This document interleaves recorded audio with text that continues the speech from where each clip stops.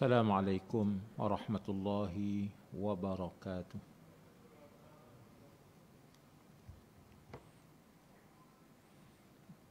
A'udzu billahi minasy syaithanir rajim. Bismillahirrahmanirrahim. Ila hadratin Nabil Mustafa Rasulillah sallallahu alaihi wasallam wa ila kafatil anbiya'i wal mursalin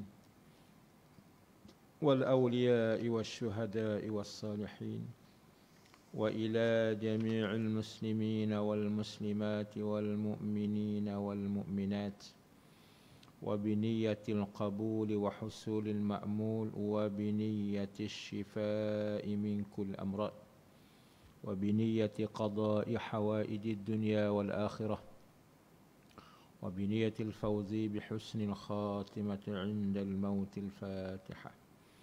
أعوذ بالله من الشيطان الرجيم. بسم الله الرحمن الرحيم. الحمد لله رب العالمين الرحمن الرحيم مالك يوم الدين إياك نعبد وإياك نستعين اهدنا الصراط المستقيم صراط الذين أنعمت عليهم غير المغضوب عليهم ولا الضالين. Bismillahirrahmanirrahim.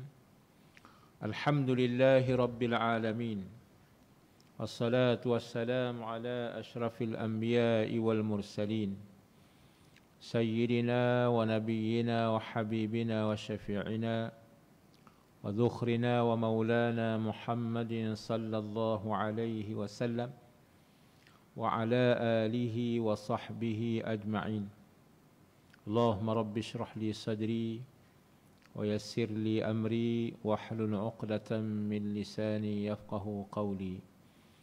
اللهم رب زدنا علما وارزقنا فهما. اللهم فقهنا في الدين وعلمنا التأويل.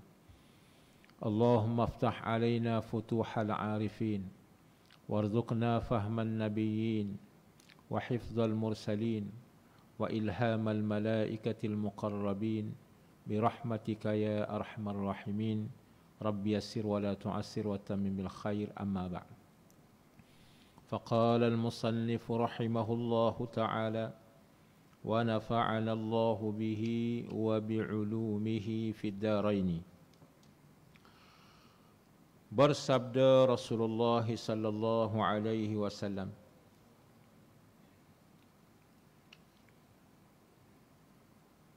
Inna Allaha yuhibbu ma'aliyal umuri wa yakrahu safsafaha.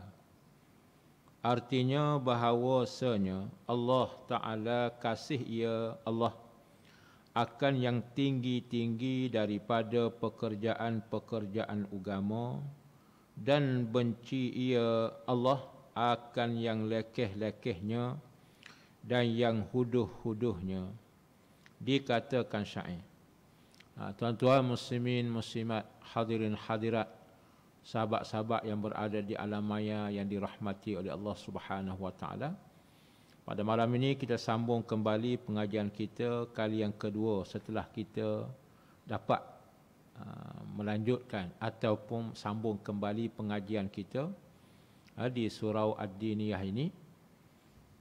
Kitab yang kita gunakan sebagai teks kuliah maghrib kita iaitu kitab Pelita Penuntut, terjemah daripada risalah Ta'limul Muta'allimi Tariqat Ta'allumi bagi Al-Allamah Asy-Syaikh Az-Zarnuji rahimahullahu ta'ala, oleh perhamba yang faqih ila ghafrillah ta'ala wa rahmatihi, Muhammad Syafi'i bin Abdullah bin Muhammad bin Ahmad Lenggeh Fatani. Ghafarallahu lahum wa liwalidihim wa limasyayikhihim wa lilmu'minina wal mu'minatil ahya'i minhumul amwat. Amin ya rabbal alamin. Jadi kitabnya jodoh dalam bahasa Melayu kita Pelita Penuntut. Pelita sebagaimana kita sedia maklumlah apa maksud simbolik pelita kitab, nama kitab ni. Pelita artinya menerangi, penuntut bagi pelajar-pelajar ilmu. Jadi kitab yang kita belajar ini Sekian lama dah sampai kepada muka surat 29. Maknanya kitab yang mana menerangi kepada kita, memberi petunjuk kepada kita bagaimana cara-cara untuk mempelajari ilmu dengan cara yang betul supaya kita dapat mengambil manfaat daripada ilmu. Apa dia manfaat daripada ilmu? Dua perkara benda besar. Pertama sekali kita dapat ilmu yang bermanfaat. Yang kedua kita dapat sebar ilmu. Itulah dipanggil buah daripada ilmu.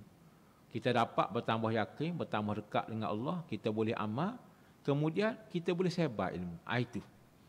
Jadi, pengarang kitab kita Syekh Az-Zarnuji rahimahullah ta'ala, pada awal-awal muqaddimah, kitab beliau mengatakan bahawa pada zamannya begitu ramai penuntut-penuntut ilmu, di Baghdadnya, di mana-mana lah. Pada waktu itu bersungguh-sungguh mereka itu. Ramai pelajar-pelajar yang minat sungguh menuntut ilmu. Tetapi sayang, 1000 kali sayang bila mana dia merenung melihat yang benar-benar betul dapat mengambil buah daripada ilmu itu sangat sedikit. Sedikit. Belajar punyalah ramai. Tapi yang dapat buah hasil buah daripada belajar, sikit. Jadi maknanya rugilah.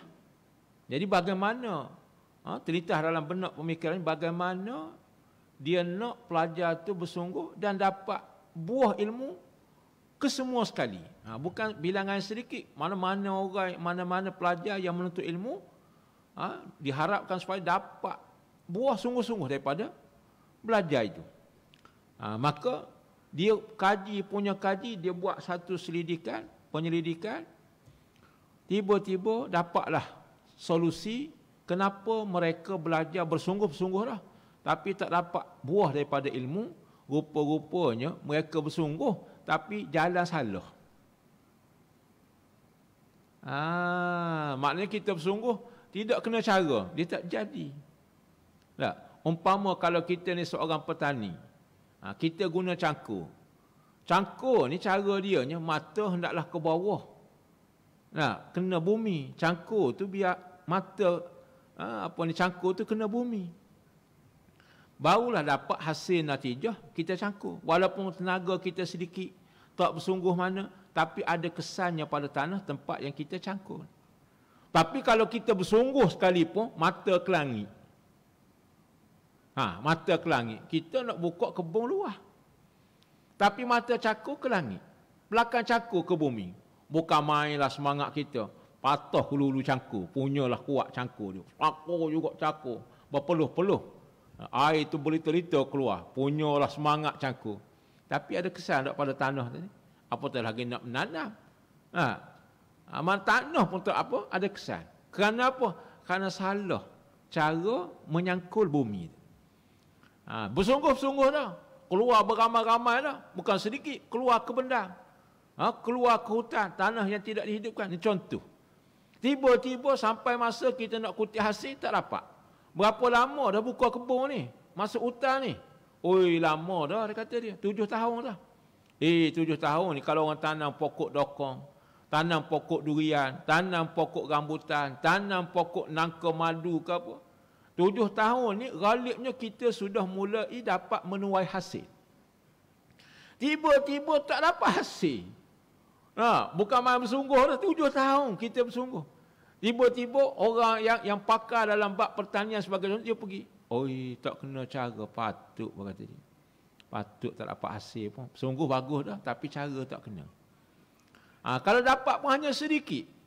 Kenapa? Cara tak kena. Begitu juga dalam bab menuntut ilmu. Ramai setara mana penuntut ilmu, tak kena cara, tak dapat ilmu. Umpama kita kata hari ni, ramai duk pergi. Kalau betul kita nak menuntut ilmu, antara alat hari ni, dulu pun samalah. Pertama kitab, yang kedua kena ada pensel. Dan apa yang kita belajar, kita faham, tak dapat tidak, mesti kita catat. Kemudian bukan sekali itu saja. Sebelum kita belajar, maka diminta kita tengok dulu sekali, sepintas lalu kitab. Yang kedua, bila mana kita belajar, fokus betul-betul kita faham. Yang ketiga, setelah kita belajar, hendaklah kita ulang kaji. Apa yang kita faham, seelok-eloknya lagi, ialah kita hafal masalah-masalah tersebut. Dan sekiranya ini berlaku dalam hidup kita, confirm insya-Allah. Orang ni kalau belajar 10 tahun, 15 tahun, pada adatnya jadi tok guru. Pada adatnya jadi tok guru. Tapi kalau cara salah, tok guru bawa kitab, anak murid tak bawa kitab. Faham bijak setara mana pun akal manusia ni dia tak tahan lama ingatan dia. Lama-lama dia akan jadi tumpuk, akan lupa. Jadi akhir sekali yang dia ingat tu tak ingat. Lupa dah. Masa dia belajar dia faham betul depan guru. Kalau tanya pun dia boleh jawab. Tapi bila mana sehari, 2 hari, 3 hari dia lupa. Jadi bila mana lupa nak ambil di mana? Kitab tak ada, catat tak ada. Akhir sekali ilmu itu hilang. Lepas tu bila nak alim, tu cara salah. Jadi kitab kita ini ialah pelita penutup diambil daripada kitab yang asal Ta'limul Muta'allimi Tariqat Ta'alumi. Tajuk kitab pun bukan main dah. Mengajar kepada pelajar akan cara-cara belajar. Mengajar pelajar akan cara-cara belajar. Maknanya belajar pun ada cara dia untuk kita mendapat ilmu. Ini jodoh kita asal tu bukan main dah tuan. Ta'limul muta'allimi tariqat ta'allumi. Maknanya mengajar kepada pelajar cara-cara belajar. Siapa mengajar? Tuan kitab kita lah. Sebab tu tajuk yang kita masih lagi dalam perbincangan iaitu tajuk faslun fil jiddi wal muwazabati wal himmati. Satu tajuk membincangkan berkaitan dengan al-jid bersungguh-sungguh, wal muwazabah berterusan, wal himmati cita-cita keazaman nekat yang kuat. Kalau ada 3 ni maka dia istiqamah insya-Allah tuan-tuan. Yakinlah pada adanya Allah Taala akan beri ilmu yang banyak pada orang ini. Kita ni pasal lemah semangat awal-awal lagi, maka luputlah syarat nak dapat ilmu. Ataupun sungguh tapi sekejap. Tak berterusan. Dia kena 3-3. Kena bersungguh, kena sentiasa dan kena hemah yang tinggi. Tak boleh kata, apa Ustaz kita dengar kuliah kadar. Yalah daripada tak dengar langsung dengar sikit-sikit. Bolehlah buat buka-buka. Boleh hiduplah kadar. Tak apa dah kata dia. Tak betul lah. Tapi kalau kita niat daripada awal tak aku nak belajar ni jadi siapa alim. Nak jadi alim. Nak jadi orang ilmu betul lah, orang faham sungguh. Bila mana ada niat begitu, mulalah kita pun rancang, susung bagaimana untuk mendapat. Jadi inilah cara dia. Baik, sambungannya. Tu panggil intro supaya kita nampak jelas kitab apa yang kita belajar. Mana kitab yang kita belajar ni ialah kitab cara-cara belajar ilmu untuk mendapat buah. Kalau orang buka kebun untuk mendapat hasil. Bukan semangat sebut je, buka kebun berapa 10 hektar Ustaz. Kebun saya. Tapi tak kena cara tak dapat hasil. Apatah lagi ribu-ribu hektar. Lagilah. Tapi kalau kena cara tuan, walaupun 10 hektar, kena cara, kena, pulangan banyak. Kalau banyak lagi lah. Pasal apa? Cara kena. Betul cara. Jadi menuntut ilmu sama juga. Ada cara dia. Kalau tidak, diharamkan mendapat manfaat daripada ilmu. Baik. Kata pengarang kitab kita rahimahullah ta'ala. Maka diketahui daripada ini. Ini apa ni? Ini kisah Zulkarnain. Baru ni. Bahawasanya tak dapat tidak pada mendapatkan perkara-perkara itu daripada bersungguh-sungguh dan hemah. Yakni, apa maksud hemah? Cita-cita yang tinggi. Cerita Zulkarnain kan? Bulan lepas kita dengar cerita. Zulkarnain ni bincang dengan pembesar-besar, menteri-menteri dia, hukamat-hukamat dia, bagaimana untuk menakluki Masyriq dan Maghrib. Kata punya cendekiawan ahli bijak pandai pada zamannya memberi nasihat, memberi pandangan kepada Zulkarnain. Dia kata kalau setara tu, kata Zulkarnain, benda kecil lekeh je dunia ni. Jadi kalau nak musafir, tambah lagi. Bukan sahaja nak kerajaan dunia, tetapi nak kerajaan akhirat. Bagaimana? Pergi ke atas muka dunia ni, ajak manusia kepada Allah. Bila mana ada orang lawan, maka kita akan lawan. Maknanya berjihad bersungguh-sungguh, mengajak manusia bersungguh-sungguh, pada waktu itu, dia akan mendapat kerajaan dunia dan akhirat. Barulah puas hati niat kita, kesungguhan kita. Maka mulalah Zulkarnain pun laksanakan apa yang telah diputuskan dalam perbincangan bersama dengan cendekiawan pada masanya. Maka Allah Ta'ala telah menyempurnakan, mengatakan, mengkabulkan apa yang dihajati, maka dia telah mendapat menguasai dunia. Raja yang beriman menguasai dunia timur dan barat. Itu dia. Kenapa? Kerana cita-cita yang tinggi dan juga bersungguh-sungguh. Kita pun kalau cita-cita tinggi bersungguh-sungguh, dia tak kira muda ke tua ke berapa ke, kalau bersungguh dapat. Dapat. Maka dibawa dalil sebagai menyokong apa yang dibawa cerita Zulkarnain supaya kita sebagai orang Islam ini bersemangat, iaitu bersabda Rasulullah sallallahu alaihi wasallam, innallaha yuhibbu ma'aliyal umuri wa yakrahu safsafaha. Arti sabda Rasulullah sallallahu alaihi wasallam bahawasanya Allah Taala kasih ia Allah akan yang tinggi-tinggi daripada pekerjaan-pekerjaan agama. Nabi kata apa? Sesungguhnya Allah Taala amat suka, amat kasih pada sesiapa yang dia bersungguh-sungguh dalam bab kerja agama. Orang inilah orang yang Allah Taala sangat suka.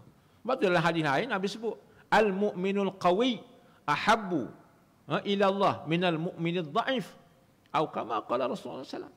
Orang mukmin yang kuat itu, yang hebat itu, lebih disukai, dicintai, diredai di sisi Allah berbanding dengan orang mukmin tapi lemah. Kuat dari sudut ilmunya, kuat dari sudut amalnya, kuat daripada hartanya, kuat daripada infaknya, kuat daripada jihadnya, lebih baik daripada orang mukmin miskin, lemah, jahil, pemalas, hemah yang rendah, tak ada tujuan dalam kehidupan. Mukmin, tapi nak banding dengan mukmin yang pertama tadi jauh. Nabi kata Allah lebih suka mukmin pertama berbanding dengan mukmin yang kedua. Kemudian Rasulullah sebut apa lagi? Dan benci ia Allah, wa yakrahu, Allah tak suka, Allah benci safsafaha, akan yang lekeh-lekehnya, yang rendah-rendah dan yang huduh-huduhnya daripada pekerjaan orang. Buat sekadar macam kita lah. Hak jenis malah kita ni, ala kadar sah, kadar. Sekadar. Memang gitulah hidup dia. Orang kata hidup lah. Biar kita jadi orang yang kuat. Bukan sekadar kita boleh hidup cara kita boleh membantu orang lain. Kita boleh bagi ilmu pada orang lain. Kita boleh bagi sumbangan pada orang lain. Kita boleh bagi pandangan pada orang lain. Kita boleh bantu orang lain. Kita boleh makmurkan kawasan kita, keadaan kita. Ini lebih baik daripada bergantung semua tu harap orang. Sendiri tak boleh. Itu lebih baik. Dan kita pun harap biar kita termasuk dalam golongan orang yang sangat-sangat bersungguh-sungguh dalam setiap perkara agama. Kemudian dibawa syair Arab. Biasalah orang Arab ni, umpama kita, selalu juga saya sebut, mana orang Arab ni dia tak sunyi daripada bermadah, bersajak, berpujangga. Ada syair-syair yang membangkit semangat. Kalau orang kita ni kita panggil pantun, orang tua-tua dahulu kan, tak lekan dengan pantun dia. Macam-macam lah. Dia nak sindir orang mengaji malas ni, kata tarik papan, sorong papan, tarik papan. Buah keranji di dalam perahu, suruh makan dia makan, tapi suruh mengaji dia tak mau. Tu duk sindir jenis pemalas. Tapi kalau kata suruh begitu, kadang-kadang orang kita ni tak berapa nak tersentuh sampai ke lubuk hati. Tapi kalau sindir dengan pantun-pantun, dia mudah faham, lagi pula sangat menusuk ke dalam hati. Bahasa kiasan-kiasan. Maka Arab lebih-lebih lagi. Maka dibawa di sini satu syair berkaitan bersungguh-sungguh ini. Dalam bab menuntut ilmu, kata Syekh Az-Zarnuji rahimahullah ta'ala, dikatakan syair, jangan engkau bersegera akan dengan pekerjaan engkau dan kekal akan dia akan pekerjaan. Maka tiada membetul akan tongkat engkau oleh seumpama yang berkekalannya. Apa maksud tuan? Tak nampak lagi tu apa maksud dia syair tu. Dia kena ada pencerahan. Maksudnya jangan engkau bersegera akan pekerjaan engkau yang engkau tuntut menghasilkan dia pekerjaan itu, bahkan perlahan-lahan olehmu, dan berkekal kamu akan dia. Kata pengarang kitab kita ni, dia kata, orang tuan syair ni kata, kalau kita ingin melakukan suatu perkara pekerjaan untuk mendapat hasilnya, janganlah kamu ni terlalu gopoh. Dah semangat malam ni ustaz sebut, malam ni tak tidur. Buka juga kitab, baca juga kitab, siapa cerah. Semangat dia. Dan hal ni kebetulan tak kita ada rumah cuma saja tak macam biasa gitu. Dah semangat mari balik rumah lepas ni mana kitab. Cari kitab dia balik. Siapa cari kitab kuat baca kitab. Lepas tu malas akan tahu. Pakar berhenti tu pasal apa? Dia nak suruh jadi alim satu malam. Mana boleh? Tak boleh jadi alim satu malam tu. Nama lagi Nabi sebut tafaqqah. Tafaqqaha yatafaqahu tafaqquhan tuan. Cara dia ialah kita faham, kita belajar itu secara sikit-sikit beransur-ansur. Sebab tu kata dia, jangan sekali-kali kamu ni pula bersungguh-sungguh. Tak sabar-sabar nak suruh jadi alim, bersungguh sangat kamu ni, gopoh nak suruh jadi alim. Jangan. Sebagaimana saya sebut satu cerita nak berlaku di pondok di Potani. Satu ketika orang pelajar baru masuk belajar, jadi dia tengok abang-abang senior ni hebatlah, dengan kitab hafal dengan faham. Maka dia pun semangat nak suruh jadi cepat alim sebagaimana abang-abang lama. Dia baru masuk. Lepas tu dia tanyalah pandangan, macam mana abang ni? Ingat macam ni. Dia kata kenapa? Hafal, memang kena bersungguh. Dia pun cari kitab tu, dia hafal. Apa juga tak berhenti, sungguh-sungguh. Orang rehat dia tak berapa nak rehat, apa punya apa, akhir sekali jadi pening. Tu dia. Nak jadi takdirnya, tak lama tu tubuh dia pun makin tak sihat pasal terlajak, terlebih. Takdir Tuhan pula pendek umur, mati. Baru masuk nak suruh jadi alim. Mana boleh. Masuk kita seminggu, nak suruh alim sebagaimana orang belajar 10 tahun. Mustahil pada adat. Walaupun Allah Ta'ala boleh buat sekelip mata. Tuhan ni, Allah Ta'ala boleh buat manusia alim sekelip mata. Kita baca dalam surah Yasin kan? Iza arada syai'an an yaqula lahu kun fayakun. Apabila Allah Ta'ala menghendaki sesuatu, maka Allah kata jadi. Kalau Allah Ta'ala kata nak kata, daftar je nama, Allah Ta'ala kata, alim tak payah mengaji, alim selalu. Boleh. Tapi adakah Tuhan buat begitu? Tak, Tuhan buat dia ada peraturan dia. Sebagaimana Allah Ta'ala menurunkan wahyu kepada Nabi. Berapa lama Nabi menuntut ilmu dengan malaikat Jibril? 23 tahun. Baru sempurna 30 juz Al-Quran. Maknanya tu kalau kita nak alim, kalau kita ambil cara resam sebagaimana Nabi menerima wahyu daripada Allah, kena ambil masa sekurang-kurangnya 23 tahun. Belajar pula kena bersungguh. 23 tahun insya-Allah. Tok guru, tuan guru. Tapi kalau belajar 3 hari nak alim sebagaimana 23 tahun orang belajar, tu bukan tuan guru, tuan garu. Ta'alim tuan pada ada ta'alim. Tu dia. Banyak ni kita lama dah ni. Ni pun nasib baik baca 2 kali sebulan. Lepas tu berhenti pula PKP dekat 2 tahun. Takkan nak jadi alim. Masa lah, makan sabar. Jadi sebab tu dia kata, kalau kamu nak melakukan sesuatu pekerjaan, kamu nak dapat hasilnya, jangan kamu gopoh. Jangan kata dia. Kena buat apa? Perlahan-perlahan, kata dia. Kena berkekalan, mana istiqamah, konsisten. Dia akan pekerjaan. Sebab apa tuan? Kerana tiap-tiap pekerjaan itu tiada dapat baik ia tiap-tiap pekerjaan dengan bersegera-segera. Dia kata kalau kita buat dengan segera tak jadi. Nak masak nasi, nak kira suruh masak selalu tak lampu riuk, buka dapur gas, tak apa 5 minit ke masak. Tak masak. Kalau kita kuat api, dia tak jadi nasi, hangit. Maknanya ada masa dia. So semua perkara Tuhan buat secara beransur-ansur. Baru dia jadi.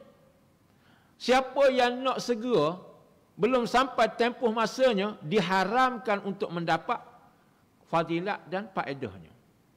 Kita nak makan buah durian. Buah durian itu masih muda lagi tak? Kita pun dah tak boleh tahan dah. Nafsu syahwat kita nak makan buah durian. Kita pun potong di awal-awal. Muda lagi, bukan tua tak? Adakah kita boleh makan buah durian dengan masak ranum sedap? Tak sedap. Dia kaedah dah. Tuhan buat sunnatullah memang begitu. Dia kena belajar sampai satu masa, dia masak. Kita tak kait dia pun dia luruh. Sampai satu masa. Tapi kena cara dia lah. Ya. Ada satu kaedah dalam qawaid fiqhiyah. Kaedah-kaedah untuk kita memahami dan mengeluarkan hukum. Dia ada satu kaedah berkenaan dengan gopoh ni. Allahumma salli alaihi wasallam. Tadi ingat. Tu nak cerita. Tadi ingat patut ingat. Tu akal setara tu lemah. Makhluk ni setara tu. Dia kata ingat. Kalau tak ingat, tepuk tak keluar. Hati ingat. Allahumma salli alaihi wasallam. Nak ambil nas tu, lafaz tu, makna tu ingat. Lafaz dia tu. Lafaz panggil. Allahumma salli alaihi wasallam.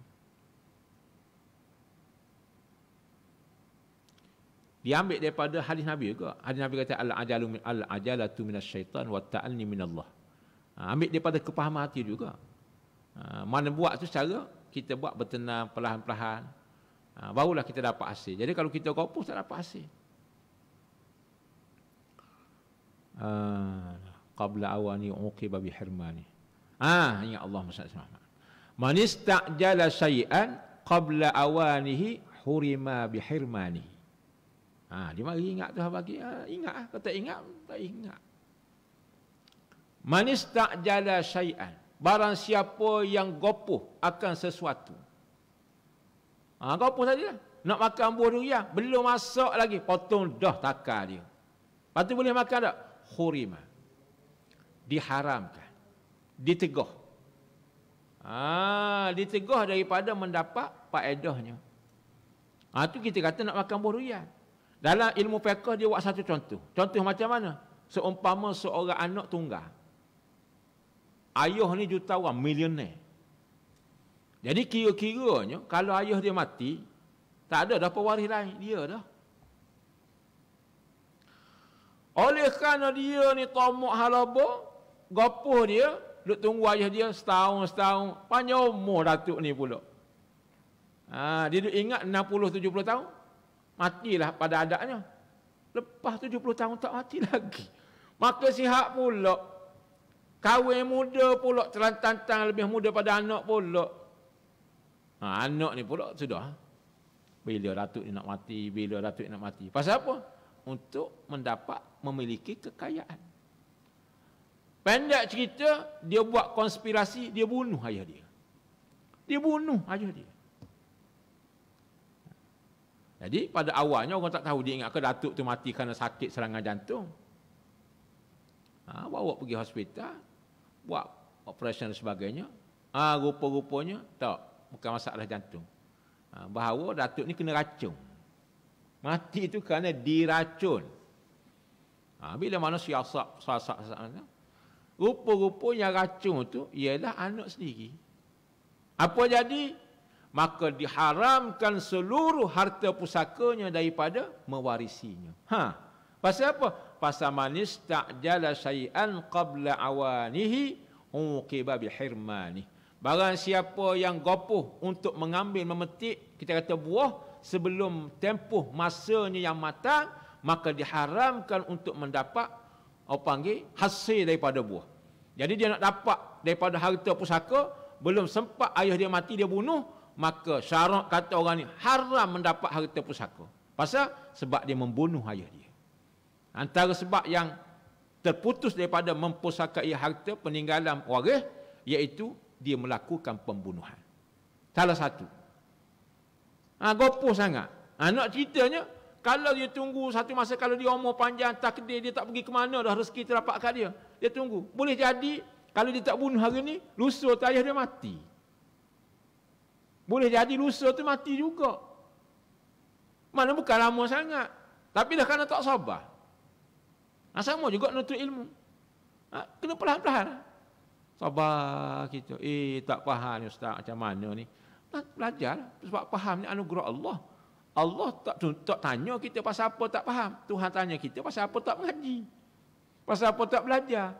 Kenapa tak faham tak tanya. Ya tu. Tuhan tak tanya kita. Kita belajar dah, bersungguh dah, tanya dah. Tak faham juga. Tuhan tak marah. Pasal apa? Awak telah melaksanakan tugas awak sebagai hamba, sebagai makhluk. Aku sengaja tak bagi kamu faham. Sebab apa? Sebab aku suka. Aku tengok kamu ni bersungguh. Aku suka. Bukan aku tak nak bagi faham. Satu masa aku nak bagi faham juga. Tapi aku suka dengan sebab kamu tak faham, maka pergantungan kamu pada aku makin kuat. Ya Allah, pasal apalah aku tak faham, mintalah aku faham. Aku suka. Sebab tu aku tak bagi faham lagi. Tunggu tahun depan, kedua tahun lagi, aku akan bagi faham kepada kamu. Bukan sahaja faham apa yang kamu belajar, bahkan aku bagi kamu faham apa yang kamu tak belajar pun aku bagi faham juga. Pasal apa? Nak suruh sabar. Sebab tu alim ulama dia bukan belajar sekejap. Dalam kitab kita ni, dah lepas ke akan datang. Belajar tempoh tuan berapa lama? Ulama berbagai-bagai pandangan mengatakan tempoh dikatakan lama tu berapa tahun.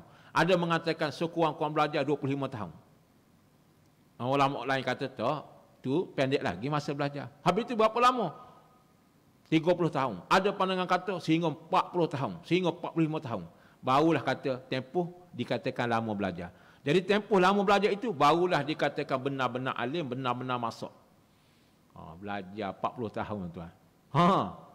Pagi petang siang malam. Kita dengar kuliah maghrib tidur. Pasal nak alim. Bila? Kita tak bawa. Catat pun tidak. Sambil tidur. Nak alim. Cara tak kena. Maknanya tak alim tuan. Bukan makna kita nak doa tak jadi alim. Pada adatnya tidak.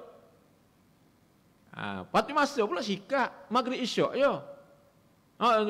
Jadi mana kalau nak alim. Tu. Kena bersungguh. Kena perlahan-perlahan. Kena sabar. Lama masa. Masya Allah. Lama tu boleh. Tuhan bagilah. Sebab tu jangan terburu-buru. Tak apa. Kita belajar lambat habis kitab. Tak apa. Yang penting kita belajar. Bukan masalah habis kitab cepat, habis kitab lambat. Habis kitab cepat pun tak faham.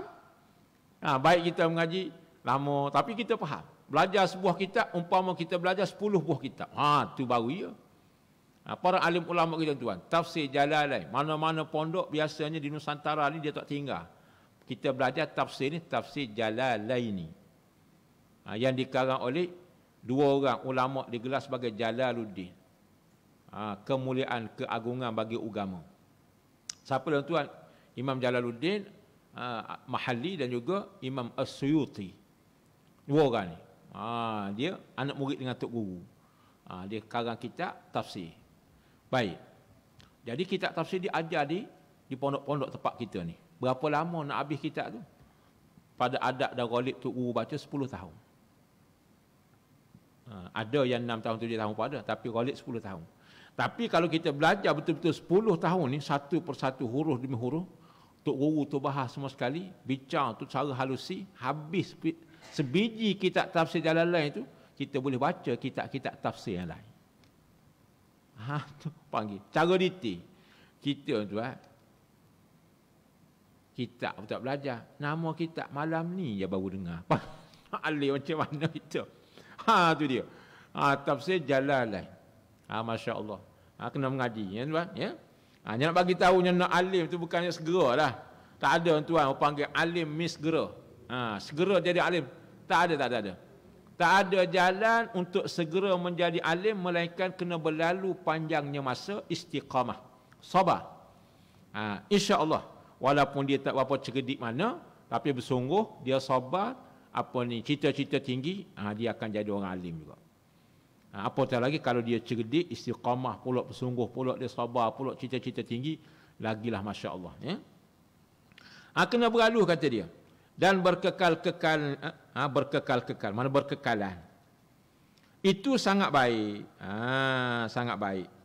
Pada tiap-tiap pekerjaan kamu. Semua perkara kalau kita buat beransur-ansur, walaupun benda tu tak banyak, tapi itu lebih baik. Sikit. Lama-lama jadi banyak. Pepatah orang Melayu pun kata begitu juga. Sikit-sikit lama-lama jadi bukit. Ya. Ambil daripada kata-kata hikmah Arab. Arab kata apa? Qalilan fasara jabalan. Qalilan sedikit fasara, maka jadilah ia jabalan, bukit. Ambil daripada Arab tu. Pepatah tu peribahasa tu asalnya Arab.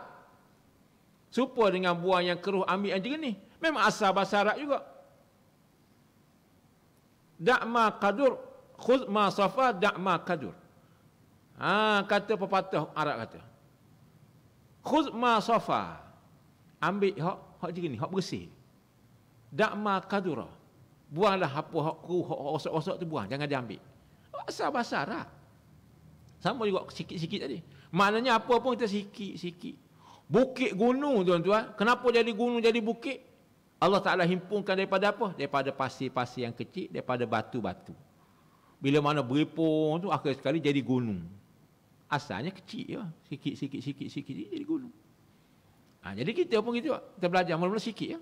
Belajar sikit-sikit lama-lama jadi alim. Tapi nak pada lama kan.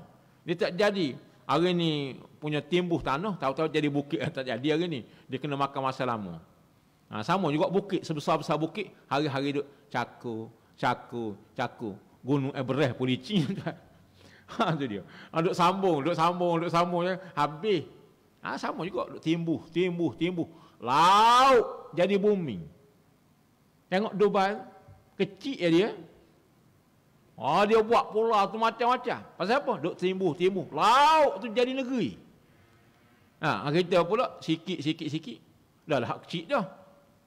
Jadi kecil. Tapi pasal apa? Sikit tu kerana mengambil masa yang lama. Jadi apa sahaja pekerjaan? Istiqamah. Kerana boleh dikiaskan atas tongkat. Dia kata buat bandingan dengan tongkat kamu. Apa dia bandingan tongkat? Yang bengkok, yang belok kata dia. Tongkat kamu yang belok, yang bengkok dan bengkok. Maka tiada boleh membetulkan dia akan tongkat dengan segera-segera. Tak boleh kita nak betulkan tongkat tu dalam tempoh yang cepat. Ambil tongkat yang belok tu, kotan yang belok tu, yang berputar-putar tu kita pun ambil, kira patah. Pelan-pelan bakar dia lembut sikit. Betulkan sikit. Dia sejuk balik, panas balik. Betulkan sikit, luruskan dia, ketuk-ketuk sikit. Ada tak boleh kita ambil tu keruk patah. Cara dia kata kiaskanlah, buat bandingan. Maka tiada boleh membetulkan dia akan tongkat bengkok tu dengan segera-segera, dengan cepat. Dan cepat hanya membetulkan dia akan tongkat bengkok itu oleh seorang yang perlahan-lahan dan beralus-alus. Dan melayu-layu akan dia. Maknanya dia letak atas api pelan-pelan, layu. Di atas api dan di bengkok-bengkok dia akan tongkat dengan berkekalan. Sentiasa tak berhenti. Bakar-bakar, betul. Bakar-bakar, betul. Bakar-bakar, betul. Ini bukan kata bakar sekali betul, tiru betul tak. Yang nak betul rotan kita boleh bentuk kursi ke apa tu, pasal makan selama. Bakar sikit. Dia pauk. Bakar sikit dia pauk. Dia tarik, dia bentuk. Lama-lama jadi ya. Dan panjang masa, mana masa yang lama sedikit, mana panjang masa sedikit, seperti dikatakan al-ajalatu minasyaitani wa ta'anni minallah. Artinya bermula bersegera-segera itu, mana gopoh-gopoh itu daripada syaitan. Syaitan kata kenapa orang lain alim lama dah, kamu ni baru nak belajar. Habis tu kamu kena follow lebih teruk daripada orang lain. Sebab kalau kamu tak kejar, tak bersungguh, pada adat tak jadi alim kata dia. Habis tu kena hafal, jangan tidur. Orang lain tidur, jangan kamu tidur. Kalau boleh jangan tidur. Pagi petang siang malam pun hafal, kata syaitan. Pandai dia. Benda baik pun dia suruh juga, tapi cara tak betul. Dah kita pun tak tahu juga, semangat juga tak tidur malam. Mana boleh manusia tak tidur? Allah Ta'ala buat malam untuk tidur. Ada rehat juga. Tak boleh tak tidur langsung, tak boleh. Dia panah kepala, lama-lama jadi isim. Jadi tekanan ni. Dan beralu-alu itu daripada Allah Ta'ala. Beransur-ansur itu, berperlahan-perlahan itu, bertenang itu, ialah daripada Allah. Maknanya Allah suruh kita buat suatu perkara itu dengan secara beransur-ansur. Perlahan-lahan. Jangan dibuat secara kalut, cepat, gopoh, hancur. Seperti kita nak betulkan sebatang tongkat yang bengkok. Kena bakar sikit, betulkan sikit. Tetapi jangan berhenti. Tak betul lagi ni. Memanglah. Kena bakar lagi. Betul sikit. Nampak dah bergerak sikit tu. Jadi ni. Bakar lagi betul. Bakar lagi kita bentuk. Lama-lama dia jadi lurus. Jadi belajar pun begitu juga. Tak adil lagi hari ni. Belajar lagi esok. Tak adil lagi esok. Lusa. Tolak. Tuling. Tahun ini. Tahun depan. 10 tahun. 20 tahun. InsyaAllah. Alim. Tapi tak tahannya. Tak alim. Lari. Lari. 2-3 tahun. Tak boleh pergi Ustaz. Tak faham. Benar bebar saya ni. Lepas tu berhenti setakat tu. Dah berhenti. Tak ada masalah kita. Habis. Musim habis. Kita kerak di sendiri. Mana akhir sekali tak dapat. Tak dapat ilmu tadi. Kemudian berkata Abu Hanifah bagi Abi Yusuf rahimahumallahu ta'ala. Wallahu subhanahu wa ta'ala a'lam. InsyaAllah kita akan sambung cerita yang menarik antara murid dengan guru, iaitu Imam Abu Hanifah dengan Abi Yusuf. Ini insyaAllah kita akan sambung pengajian kita akan datang. Wallahu subhanahu wa ta'ala a'lam. A'udzubillahi minasyaitonirrajim. Bismillahirrahmanirrahim. Alhamdulillah rabbil alamin, wassalatu wassalamu ala asyrafil anbiya'i wal mursalin wa ala alihi wassahbihi. Allahumma rzuqna ilman nafi'a wa qalban khashi'a wa yaqinan sadiqa wa amalan salihan taqabbala wa rizqan wasi'an tayyiban mubarakan fih.